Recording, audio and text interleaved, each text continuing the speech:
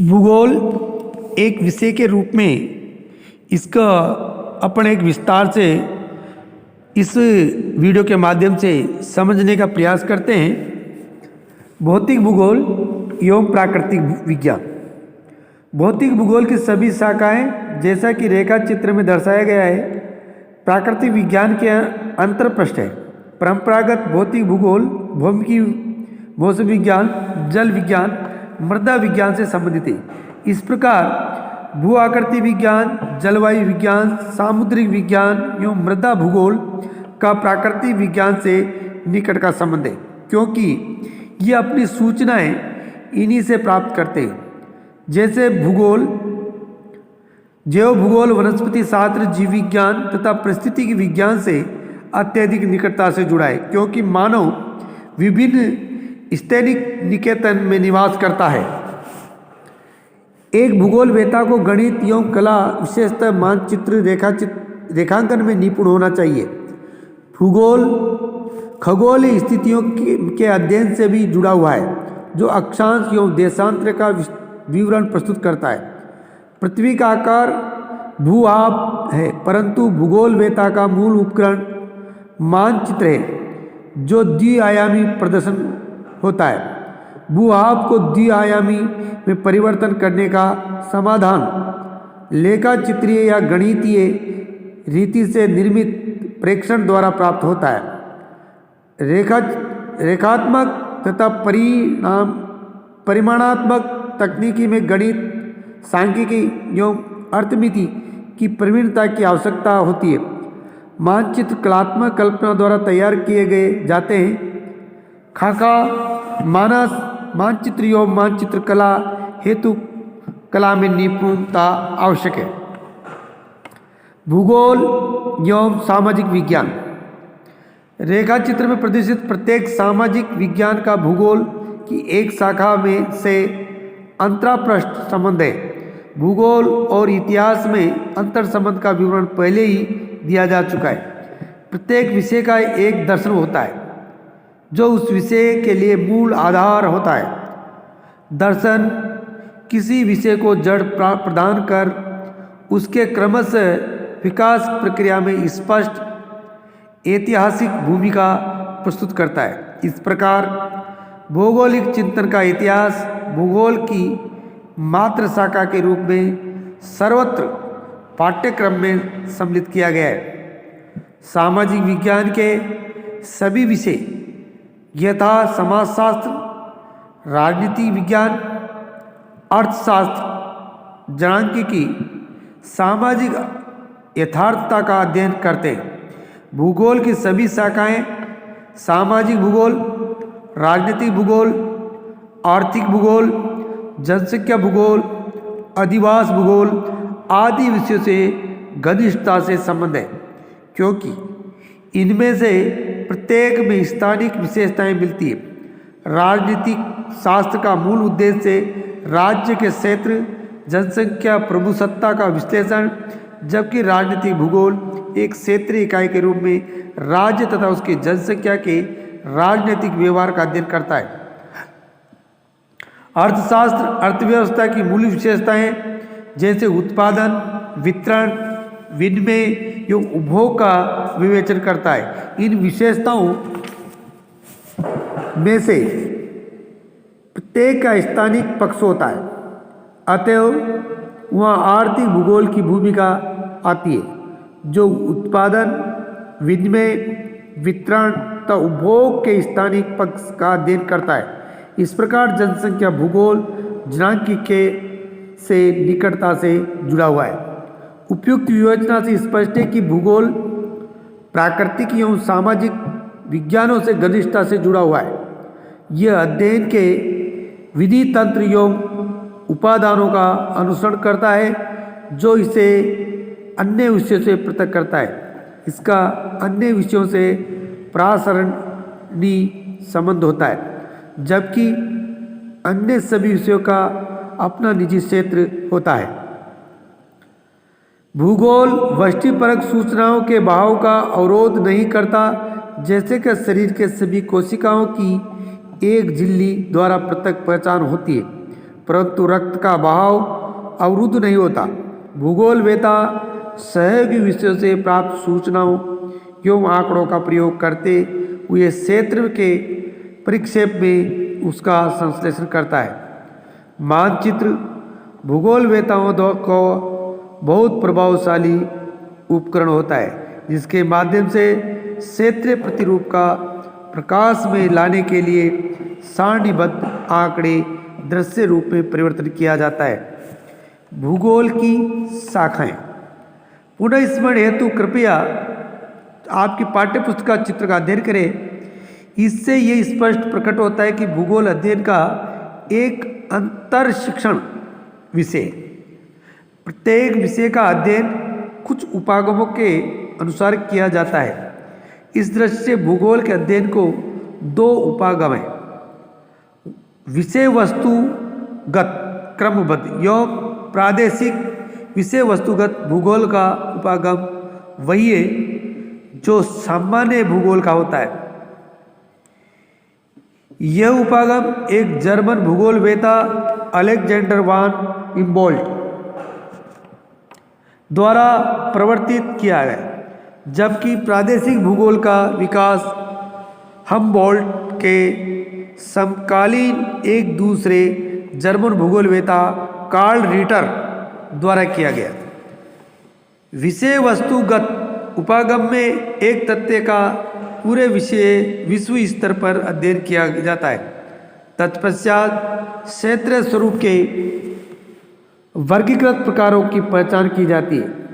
उदाहरणार्थ, यदि कोई प्राकृतिक वनस्पति के अध्ययन में रुचि रखता है तो सर्वप्रथम विश्व स्तर पर उसका अध्ययन किया जाएगा। फिर प्रकारात्मक वर्गीकरण जैसे विषुवतरेखीय सदाबहार वन, नरम लकड़ी वाले वन, कोणधारी वन अथवा मानसूनी वन इत्यादि की पहचान, उनका विवेचन तथा सीमांकन करना होगा। प्रादेशिक उपागम में विश्व को विभिन्न पदानुक्रमिक स्तर के प्रदेशों में विभक्त किया जाएगा और फिर एक विशेष प्रदेश में सभी भौगोलिक तथ्यों का अध्ययन किया जाता है। ये प्रदेश प्राकृतिक, राजनीतिक या निर्दिष्ट प्रदेश हो सकते हैं। एक प्रदेश में तथ्यों का अध्ययन समग्रता से विविधता में एकता की खोज करते हुए किया जाता है। द्वैतवाद भूगोल की एक मुख्य विशेषता है। इसका प्रारंभ से ही विषय में परिवर्तन हो चुका है। द्वैतवाद या द्विधा अध्ययन में महत्व दिए जाने वाले पक्ष पर निर्भर करता है। पहले विद्वान भौतिक भूगोल पर बल देते थे, परंतु बाद में स्वीकार किया गया कि मानव धरातल का समाकलित भाग है, वह प्रकृति का अनिवार्य अंग है। उसने प्राकृतिक विकास के माध्यम से भी योगदान दिया है। इस प्रकार मानव क्रियाओं पर बल देने के साथ मानव भूगोल का विकास हुआ। भूगोल की शाखाएं, पहला है भौतिक भूगोल।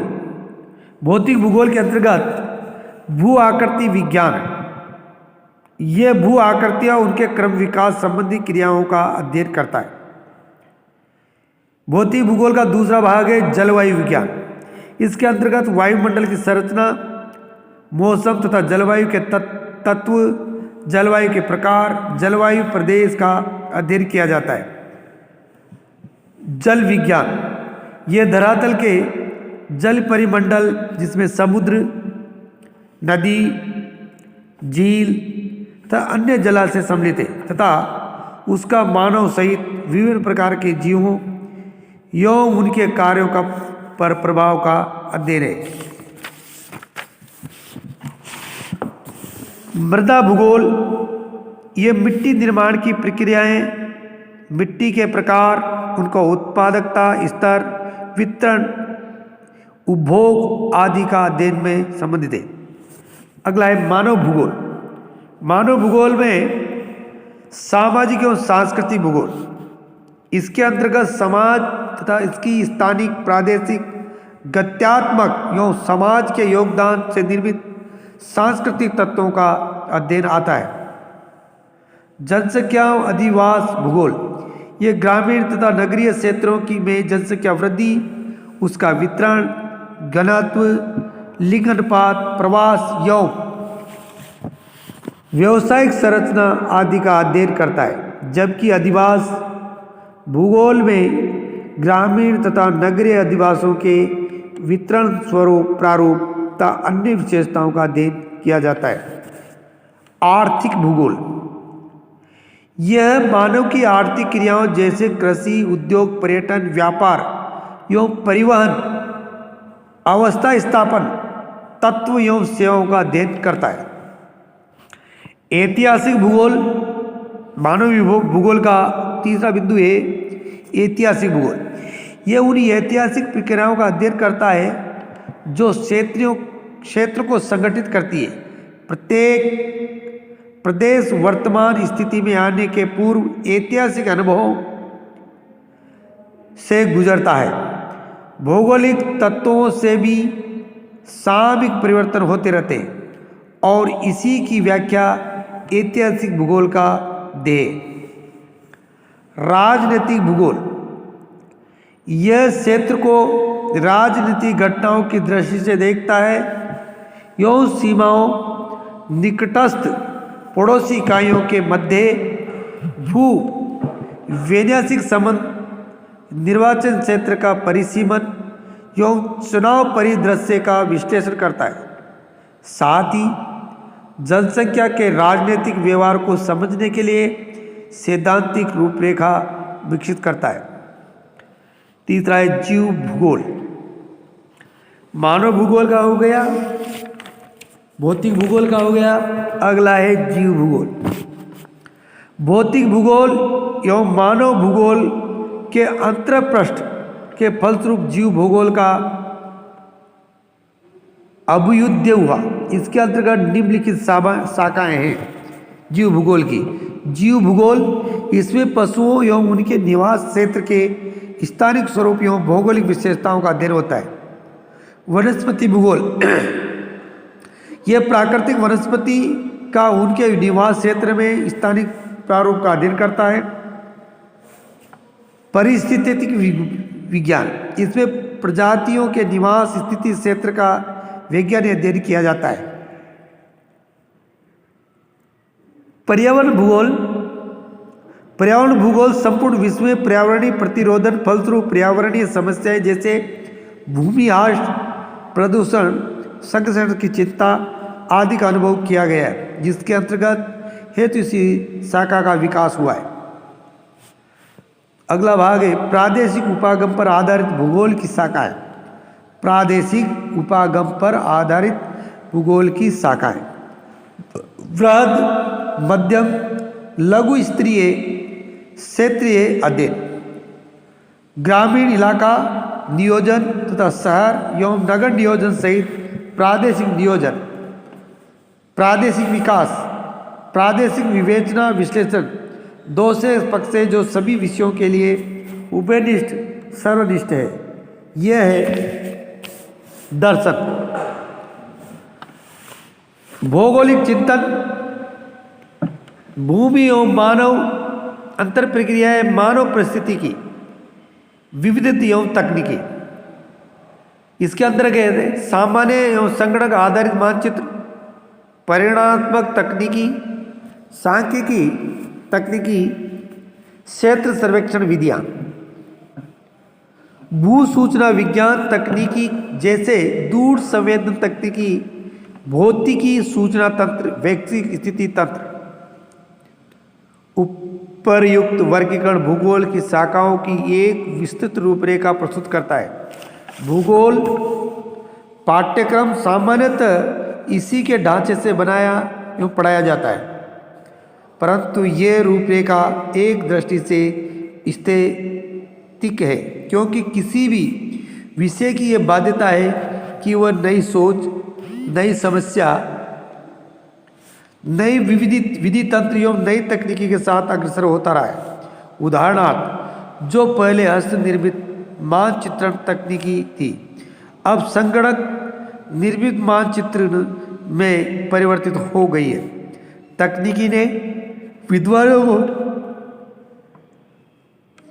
वृहद मात्रा में आंकड़ों के प्रबंधन की क्षमता प्रदान कर दी है। इंटरनेट व्यापक सूचनाएं देता है। इस प्रकार विश्लेषण क्षमता के में अपार वृद्धि हुई। भौगोलिक सूचना तंत्र जीआईएस ने ज्ञान के नए परिदृश्य को खोलाए। वैसी स्थिति तंत्र बिल्कुल सही स्थिति ज्ञात करने के लिए सुविधाजनक उपकरण को हो गया है। तकनीकी ने गंभीर सैद्धांतिक ज्ञान के साथ संश्लेषण करने की क्षमता को बढ़ा दिया है। आप इन तकनीकों के कुछ प्राथमिक पक्षों के विषय में अपनी पुस्तक भूगोल में प्रयोगात्मक कार्यभाग 1 में जान सकेंगे। आप अपनी कुशलता में सुधार करते रहेंगे और उनके उपयोग के विषय का ज्ञान प्राप्त करेंगे। अगला बिंदु है भौतिक भूगोल एवं उसका महत्व। पुस्तक का शीर्षक और विषय सूची इसके विषय के क्षेत्र को प्रतिबंधित करता है। यहाँ भूगोल की उन शाखाओं का महत्व को बताया युक्ति संगत होगा। भौतिक भूगोल में भूमंडल, भू आकृति, प्रवाह, उच्चाउच्च, वायुमंडल, बनावट, संरचना, तत्व एवं मौसम तथा जलवायु, तापक्रम, वायुदाब, वायु वर्षा, जलवायु के इत्यादि, जलमंडल में समुद्र, सागर, झीलें तथा जल परिमंडल में संबंध तत्व, जैवमंडल में जीव के स्वरूप, मानव तथा वृक्ष जीव, उनके पोषक प्रक्रम जैसे खाद्य श्रृंखला, परिस्थितिकी प्रचलन एवं पारिस्थितिक संतुलन का अध्ययन सम्मिलित होता है। मिट्टियाँ मृदा निर्माण प्रक्रिया के माध्यम से निर्मित होती है तथा वे मूल चट्टान, जलवायु, जैविक प्रक्रिया एवं कालावधि पर निर्भर करती है। कालावधि मिट्टियों को परिपक्वता प्रदान करती है तथा मृदा पार्श्विका के विकास में सहायक होती है। मानव के लिए प्रत्येक तत्व महत्वपूर्ण है।